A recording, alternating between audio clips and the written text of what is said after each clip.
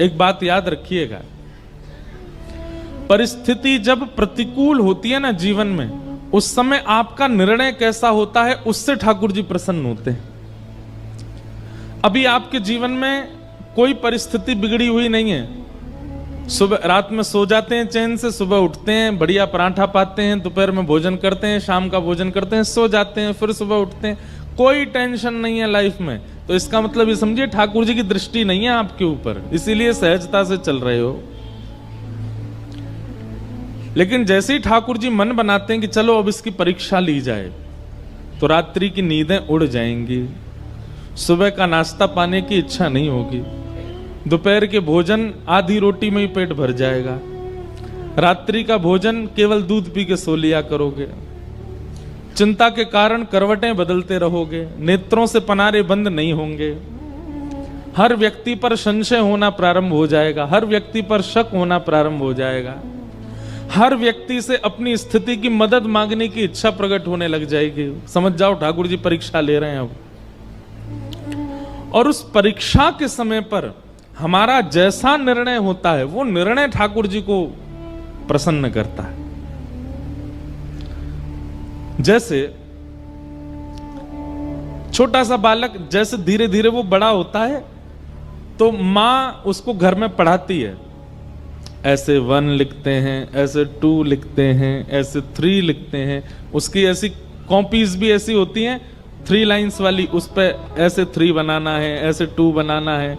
अब बच्चा जब तक माँ बना रही है तब तक तो बहुत खुश होता है, अचानक से माँ कहती है बेटा ले अब तू बना, तो फिर वो माँ को देखते रोता है, मुझसे तो बन ही नहीं रहा, और 2 को उल्टा 2 बना देता है, 3 को उल्टा बना देता है। इस प्रकार फिर उसकी परीक्षा होती है, 1-2 बार तो माँ हंसती है, और 4थी-5वीं बार माँ हाथ में स्केल लेके बैठती है, बोले बना अच्छे से। और फिर वो बालक ये सोचता है मेरी सबसे बड़ी शत्रु मेरी माँ है, मेरे पिताजी बस मुझसे प्यार करते हैं, क्यों? क्योंकि वो होमवर्क नहीं करवाते मुझसे, माँ करवाती है। कई घरों में पिता करवाते हैं।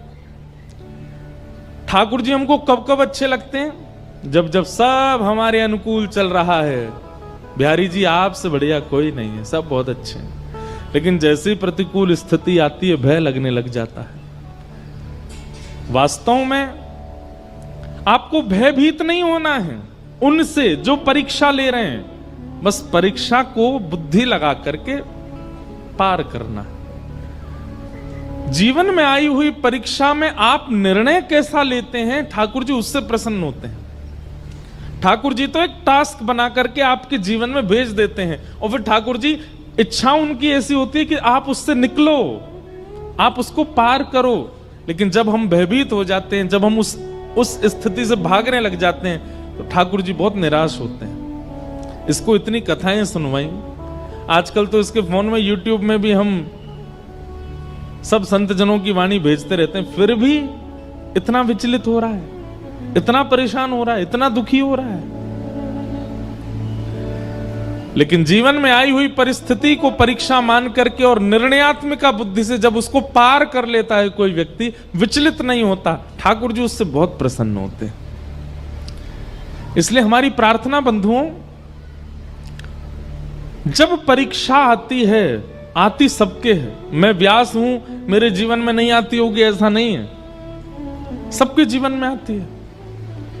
पर उस परीक्षा के समय पर विश्वास मत तोड़िए ठाकुर जी पर। आप लोग, मुझे पता है कई लोगों की ऐसी ऐसी परिस्थिति होती है, कभी कभी एकांत में जब मैं सुनता हूं तो मैं खुद सोच में पड़ जाता हूं कि इस परिस्थिति से कैसे निकलेगा। लेकिन संसार में एक भी परिस्थिति ऐसी नहीं है जिससे एग्जिट पॉइंट ठाकुर जी ने ना बनाया हो, सबका है। बस आप विचलित मत हो। किसी किसी की पहेली ज्यादा बड़ी है, किसी की छोटी है, पर सब पहेली का हल है।